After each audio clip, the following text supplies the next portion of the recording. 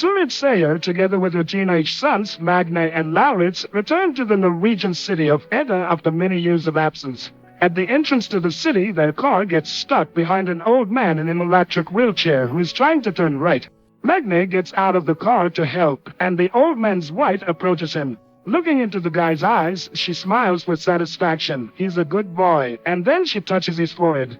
Magne's iris changes color for a moment, and then the guy feels something unusual in the perception of the world. He returns to the car and, trying to close the window, breaks out the window lifter handle. Stunned, Magne turns the thing in his hands and suddenly says that it's going to rain. Mother and brother laugh. There is not a cloud in the sky, and immediately the car is showered with a heavy rain.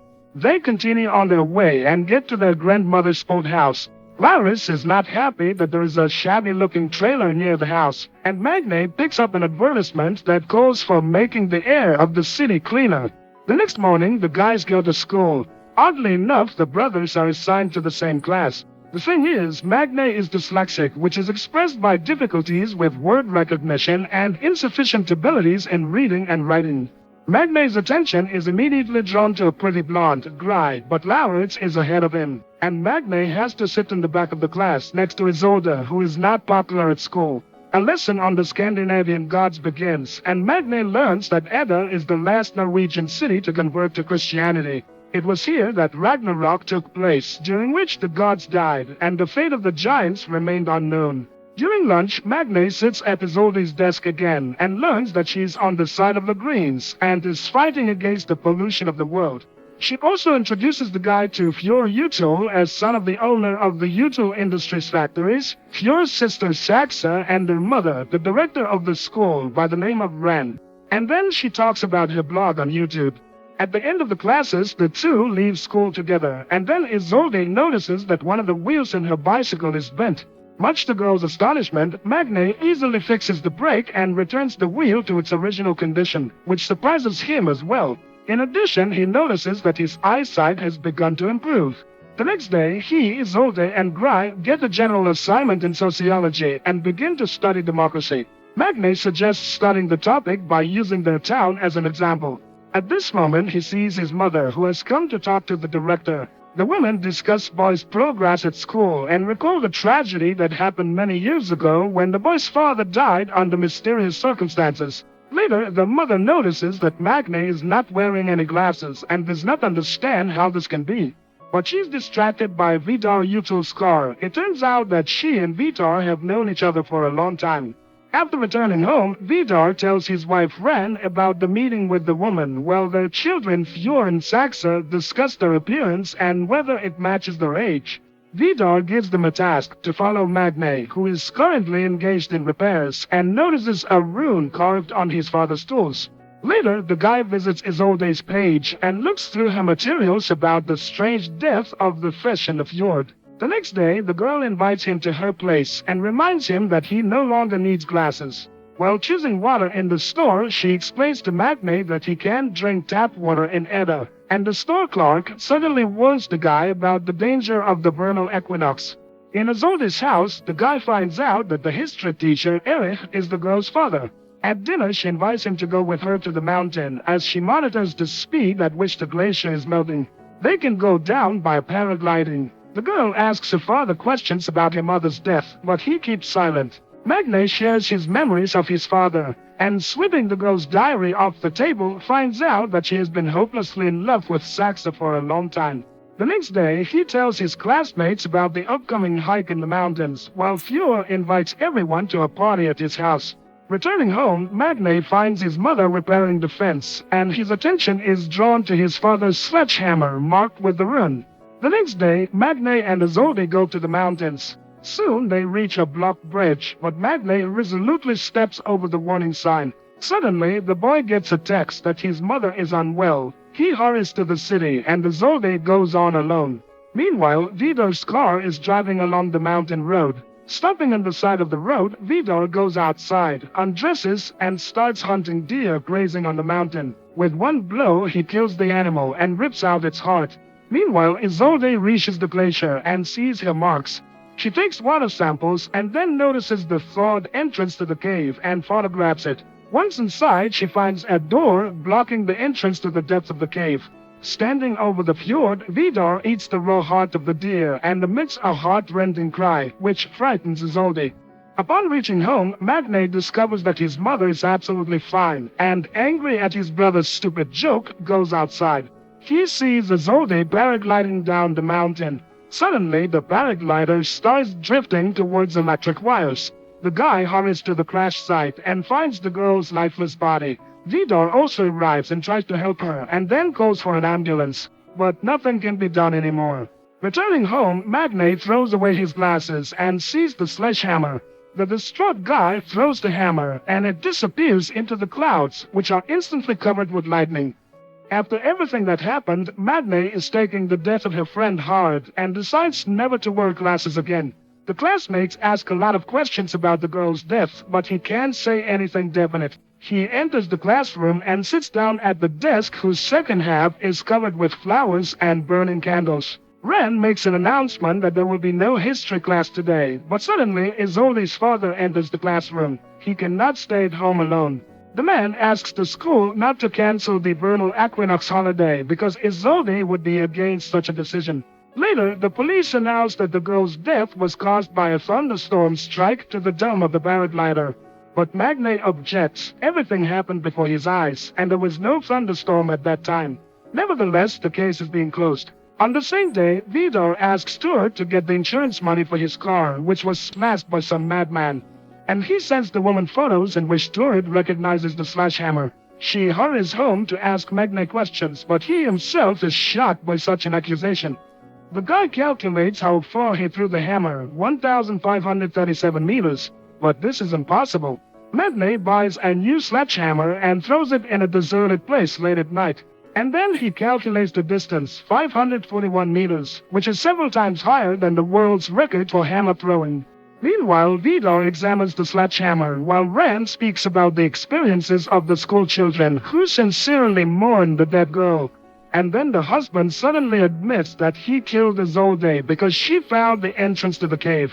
The woman gets angry. They agreed not to touch the children, but since it happened, they need to find Isolde's lost phone. At school, Gry and Magne continue to work on the project together and listen to a warning not to blame the destruction of the planet only on the rich. Later at home, sorting out his mother's things, Lauritz finds an old blouse. Magne invites Gry to work at his house, which leads to a heartfelt conversation about Magne's past. Meanwhile, Turid notices Erich in the store looking lost. She expresses sympathy, and the man is grateful to her for it. Lauritz finds Magne watching the weather forecast. Magne insists that there was no thunderstorm the day Isolde died, and then he admits that it was he who threw the sledgehammer into Vidar's car. But his brother doesn't believe it. The celebration of the vernal equinox begins at school. The classmates show Saxa a photo of an improvised altar at the site of Isolde's death, while Vidar inspects this area in search of the girl's phone. He notices that Magne is visiting the place too. At school, everyone is shocked by the sight of Lauritz, who came to the evening in his mother's blouse and with makeup. The headmistress opens the evening and offers a moment of silence for Isolde. Saxa sings a song about her native land, which is interrupted by the appearance of Magne. Later, Lauritz advises his brother to forget about Gry because Fjord is already hitting on her. Later, Lauritz starts hitting on Ikutu. Then the headmistress takes the two boys away. Magne sits down with Gry, but Fjord invites the girl to a dance, and the guy has nothing to do but sit and watch. Watching them, he crushes the bottle in his hand, and it shatters into small pieces. He goes to the men's room, where he meets Oscar, whose mother is a police officer, and he blurts out that the girl died from hitting a rock. At this time, hot dancing begins in the hall, and Magne sees the headmistress surrounded by boys. Fjord puts on his music, and he and Saxa begin a strange sensual dance, to which Lauritz joins. The three of them squirm on the dance floor, much to the delight and astonishment of the crowd. Magne goes to Isolde's father's house and informs him about the change in the cause of his daughter's death. He is sure that the police are lying, but the inconsolable father asks to not disturb the peace of his dead daughter. Out of anger, Magne easily moves the multi-ton car in front of the house, which terrifies Erich. At this time, Fjord, Lauritz, and Oscar are going to the altar, and younger Yutu, ridiculing people's stupid beliefs, urinates on the burning candles. Oscar manages to record this and upload everything to the internet. Fjord orders the video to be deleted, but it has already gone online. Magne is reviewing numerous notes about violations of environmental regulations by Yutu Industries, which Eric shows him. And he throws away the girl's diary because she has the right to personal secrets. And at Yuto's house, the owner is feeding his dog when Ren shows him a scandalous photo from the altar. The husband promises to deal with this issue. Sex is trying to find out at least something new about Magne from Gry, who stayed overnight at their house, but she does not know anything. She goes to the bathroom and witnesses Vidor beating his son. The man is furious. People worship them too and sacrifice to them. Therefore, his son insulted him with his act too. Frightened, Gry hurries to take refuge in Sax's room. The next day, Isolde's funeral takes place, and everyone goes to church. But returning home, the Sayer family finds their home trashed. The brothers go to the homeless neighbor, accusing him of stealing from their house. He admits that he has been in the apartment, but only after another man who arrived there in a big black car accompanied by a dog. The brothers realize that it is Vidar, but do not understand why he needed it. Later, Magne goes to see a therapist. He feels that everything has changed around him, but does not find an explanation for this. He talks about the robbery and accuses the police of inaction. And the therapist tells Ren about the session. Back home, Magne tells his mother about the conversation with the neighbor and blames Vidar. But Turid says that it's absurd and does not want to hear anything about it, especially since Eric has arrived. He hands Isolde's laptop to Magne because his computer is already failing. The guy searches the computer and finds data on changes in natural conditions in the vicinity of Edda. The same evening, Ren tells her husband about the therapy session. She is furious. Not only did Vidar break into Magne's house, but the guy's neighbor saw him. And now everyone can find out about this inexplicable case. The next day, Gry confesses to Fjord that she saw the beating, and it shocked her. But he changes the topic of the conversation. The girl agrees to ride with him, but Lauritz and Saxa are also in the car. Meanwhile, Magne is talking to a police representative again. He knows for sure that there was no wind that day, but the woman objects. He said that he got to the city in half an hour, and no one can do that.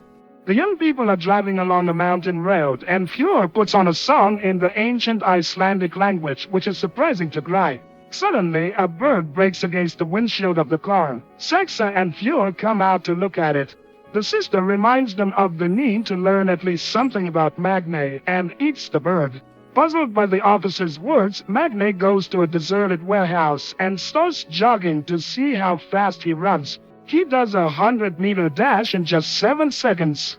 Meanwhile, Erich is given Isolde's jacket, which has traces of blood on it. And Vidar follows Magne and witnesses an accident in which the guy is hit by a snowplow.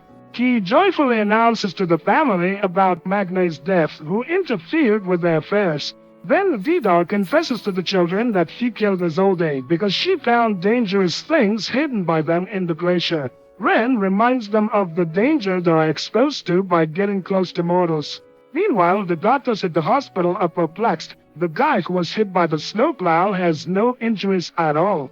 Magne goes home, and he doesn't know that at this very moment, the body of his deceased neighbor, who was a witness to the robbery of their house, was being brought to the morgue. At home, Turid thanks the gods for saving the child's life, and Magne makes another note. He is now also invulnerable. His sight and sense of smell also have improved. The next day, during the lesson, there is a skirmish when Magne blames the YouTube plants for the emissions of harmful substances which caused the inhabitants of the fjord to die. Saxa resolutely defends her father. After the lesson, Magne asks the teacher to test the dried blood from Isolde's jacket. He is sure that there's someone else's blood on the clothes. At least they smell different. The woman is surprised by his sense of smell and agrees to run the test. Later, Gry asks him questions about the incident. He shows her the jacket and asks her to smell it, but the girl does not detect the difference at all. In the afternoon, a group of classmates goes to a cafe, where Oscar breaks the news about Ren's behavior the previous evening, which he learned about from his friends. Saxa is outraged by the silly rumors and stirs the conversation towards Gry, who is still a virgin. This pisses Gry off, and she goes home, where she finds her father in front of a can of beer. The man is upset. The insurance company refused to pay him money for his sick lungs. No one sees the connection between the disease and the emissions from the U2 factories. Meanwhile, Vidar is raging in his house. No mortal could have survived. Who is this guy? To which Ren promises to find out everything very soon, since in the evening the brothers will come to them for dinner. Magne and Lauritz go to the U2 house, unaware that they are the only guests of the evening. They are seated at a chic table and are treated to alcoholic drinks. The hosts do not skimp on the drinks. Vidar pours Magne mead, the drink of the ancient gods. Feeling intoxicated, Magne begins to behave inappropriately, and throwing an axe at the target hanging on the wall simply breaks it. And then he confides in Ren about his new strength. The woman is surprised and offers to fight with her hands. The guy promises to defeat her and holds out his hand. They begin to fight, and Magne realizes that he cannot defeat the fragile-looking woman. They fight without restraining themselves, and at some point he suddenly sees the true appearance of an ancient monster hiding behind the guise of the beauty. At this moment, the table breaks down. Jumping up from behind the wreckage, Magne sees the woman in front of him again. He goes to the bathroom, and after washing his face, looks up at the mirror and suddenly sees the face of an ancient warrior staring back at him. Coming up next, a recap of the following episodes.